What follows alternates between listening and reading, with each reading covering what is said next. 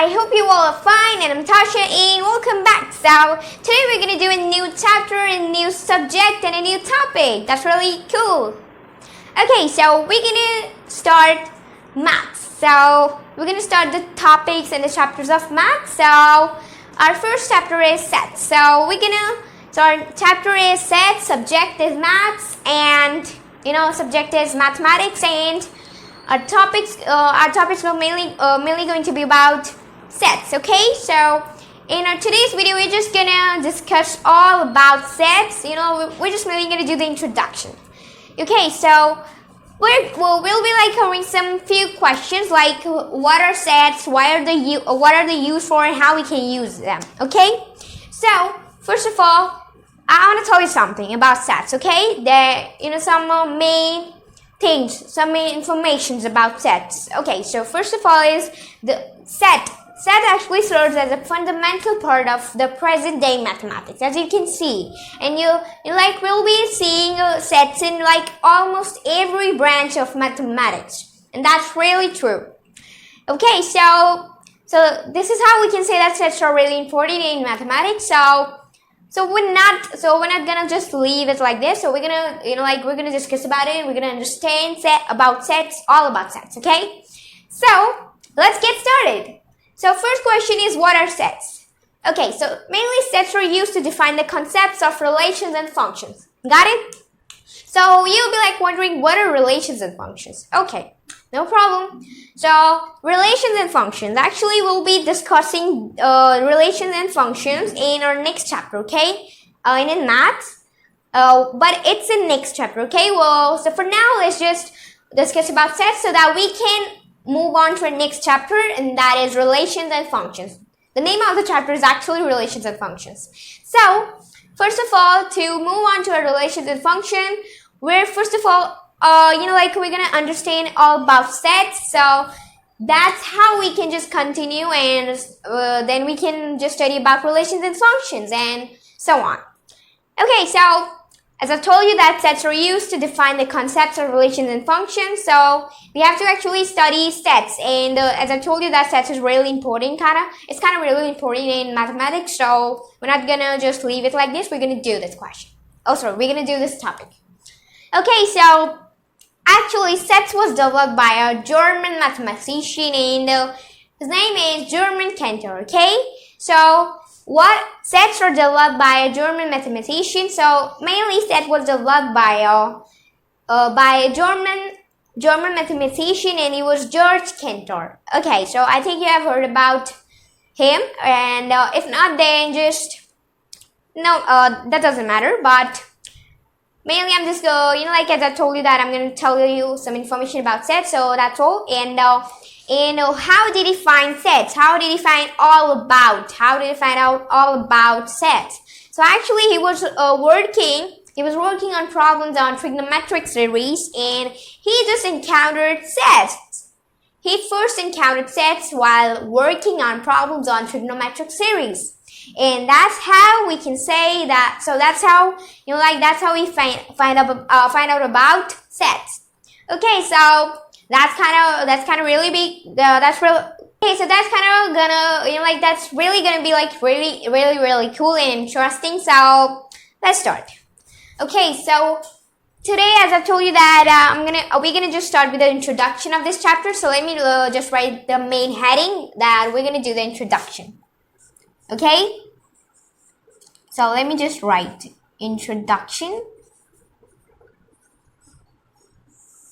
Okay, so we're gonna cover some points of sets, what mainly we do in sets, and how we can represent sets, and more.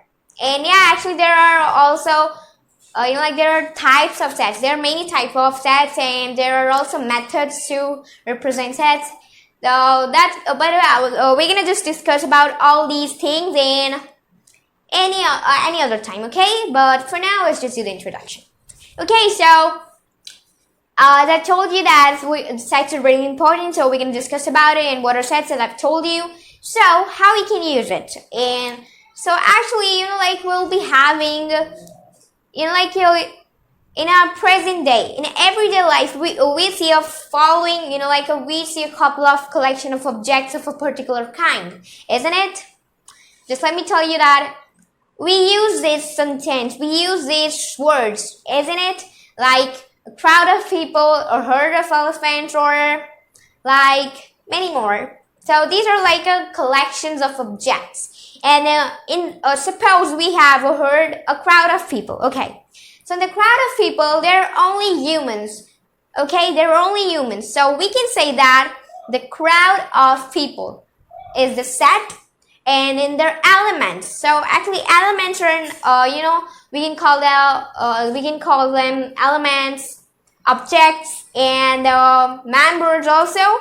So like sets really. So I'm gonna just write some points that are often used in sets, okay? So that are really important in sets. So first point, I'm going to write points. Okay, so first one is sets. So set has some elements. So sets are, let me just write it again. Okay, then I'm just going to write it. So, there are synonymous terms. First point is there are synonymous terms. Synonymous terms. Got it? Okay, so as I told you, not like sets. Actually, sets, as I told you that they'll have some element. They'll have some, they'll have some members or like objects, whatever. So mainly the elements, objects, and members, these are synonymous terms. They're always going to be synonymous terms. Like, let me just give you some examples. But before that, let me just write the statement again properly, okay? So that you'll not be confused in anything. So I'm simply going to write a simple statement. You can also, and you can even remember it. Okay, so we're talking about the theory of sets, so whatever, but let's just continue. Okay, so the elements, we can say them elements. We can say them, let's say, objects. And the members, and members of a set, are synonymous terms,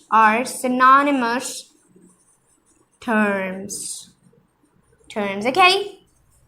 Second point. Okay, so before moving on to our second point, I have to tell you couple of things about sets. Okay, so as I told you that the elements, objects, and members, or we can say or members, not in or. Elements, objects, or members of a set are synonymous terms, okay? So, what I'm trying to say is that, as I told you that in everyday life, we used to say a couple of, we used to have some collection of objects, isn't it? Like, as I told you, a herd of elephants, a crowd of people, and more, whatever, but, so, this same thing is also in maths, is also in sets. So, but yeah, in sets it's kind of different from the collection of objects and normal collection of objects we used to say. So let's say we used to say every day, okay? So whatever, but nothing. Okay, so let me give you some examples. So if set, okay, a collection of objects, I've told you that, and that collection of let me just say that is a set. Okay. So let's just take some examples, okay? I'm going to write here, for example. Like, we can take too many examples to understand about sets. Okay, so first example we're going to take is like the set of all prime numbers.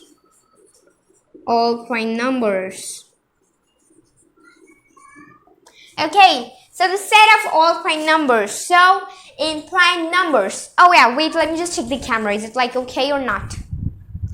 Oh, thank God, it's okay. Okay, so yeah, I'm saying the set of all prime numbers are gonna be what? So prime numbers are basically gonna start from like, let me just tell you, it's gonna be like 2, 3, 5, 7, and goes to infinity. We don't know where it's gonna end, because actually in reality the numbers are infinity. Okay, so they're infinite. Okay, yeah. So the set of all prime numbers. So as you can see, the set of all prime numbers will contain only and only prime numbers. Will contain only and only prime numbers. This means that the prime numbers are synonymous terms there. So you can see that the elements are synonymous terms. All the elements which are in the set P, let's say we have a set P. Okay, I'm gonna write it right here. So wait, set P, we have a set P is equals to the elements 2, 3, 5 goes to infinity in this. Actually, this is the way to write sets. This is the way how we can represent a set. Okay, that doesn't matter. Okay, so set of all prime numbers. So we can say that set P has all the prime numbers. Okay, so this means that they're in the synonymous terms. So the elements of this set are in synonymous terms. So this is how we can say sets. So in basically in normal language also we always use this word sets. You have a set of clothes, or you have a set of books or whatever. Yeah, like I think you use this thing. This sentence, so obviously. So as I've told you, and let's take in one more example. This was our first example. Let's just take. Okay, let's just take vowels. Do you know the vowels? Of course you'll know. Vowels in English. Alphabet. Alphabet.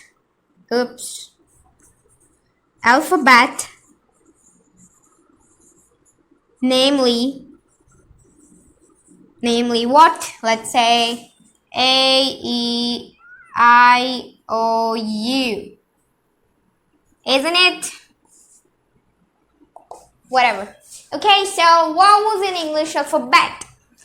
Okay, so the vowels that we usually see in English are like A, E, I, O, U. So we can say that we have a set we. Okay, we for vowels. So we have a set we, and that has these following elements, and this shows that this set is, and actually this is the set of vowels.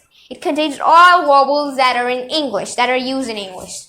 So that's how we can say sets are, like their elements are always going to be in synonymous terms. Okay, so now let's move on to our second point. I think you have seen that I've been using braces, isn't it? So this is how we represent the elements in brackets. So this is also kind of bracket, isn't it? But we call them braces. Okay, so actually we're going to discuss about these things later. Okay, later.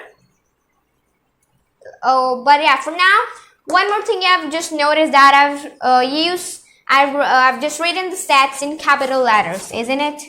So this will be our second point, that the sets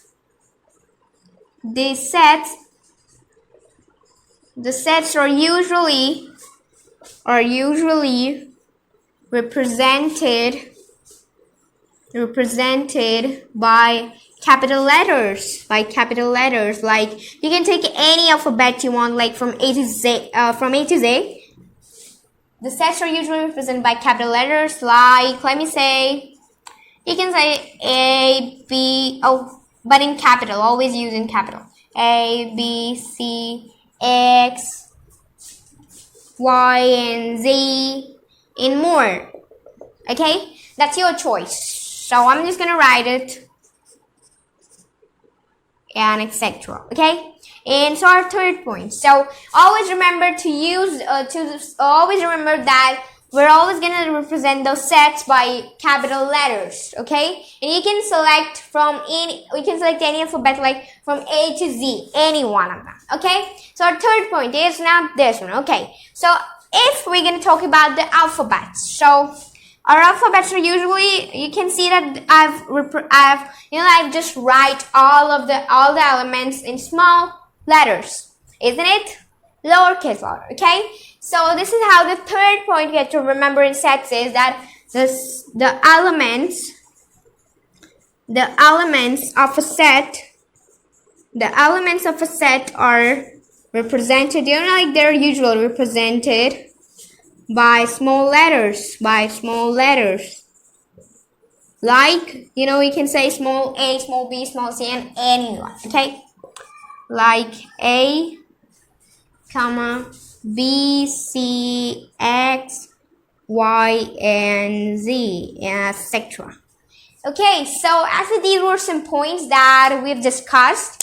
So first point is elements, subjects, or members of a set are synonymous terms. There always be synonymous terms, and I can give you more examples like the various kind of triangles. So various kind of triangles contain equilateral triangle, right angle triangle, isosceles triangle, scalene triangle, and like more oblique triangles, and those are non-right triangles, and more.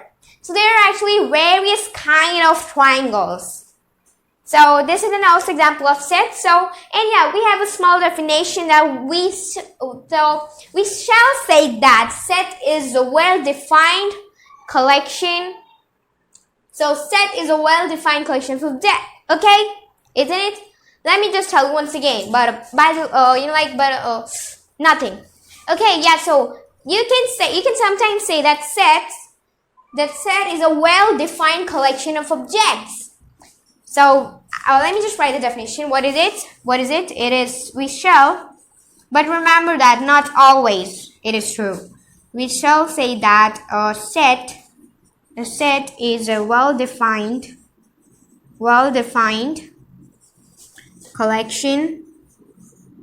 collection of objects. Okay? So a set is a well-defined collection of an object or whatever of object. Okay, so I'm going to make it correct. Yeah, see it again, please. So we shall say that a set is a well-defined collection of what? It's a well-defined collection of objects. Isn't it? Yeah. So as I've told you that it's not always true. Why? Because let me just give an example so that you can understand it. So in some conditions, our set is not a well-defined collection of objects. Now, let me just give an example. For example, who will be the top five mathematicians of the world? Okay, you'll be like really confused because it isn't well-defined. It isn't defined to us that who are the top five and who are the best mathematicians of the world. You can even say George Cantor is a great mathematician or what. Actually, it is not well defined, so we cannot say. So in that condition, we cannot say that a set is a well-defined collection of objects. But yeah, usually always remember that sets are used to define the concept of relations and functions. Got it? So we're just taking sets in an easy way so that we can understand, and that's a really important topic that we should know. So that's why I discussed this topic today. So that's all for today in this video. And in the next video, we're just going to continue. I will just continue after the introduction. And almost like everything, we're just going to continue in this chapter, okay? So, and maybe on any other chapter so I'm saying that we can do anything in the next video. Like we'll just continue this topic or we'll do another topic, okay? So we don't know, and I don't know that what I'm going to discuss in another video, but yeah, that's all for today, and thanks for watching and have a great day.